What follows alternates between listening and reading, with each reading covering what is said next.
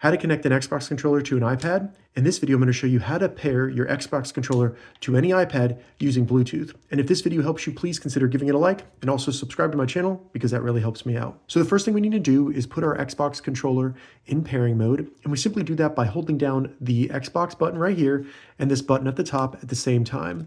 So you want to make sure that that light starts blinking rapidly like that, and that means it's in pairing mode.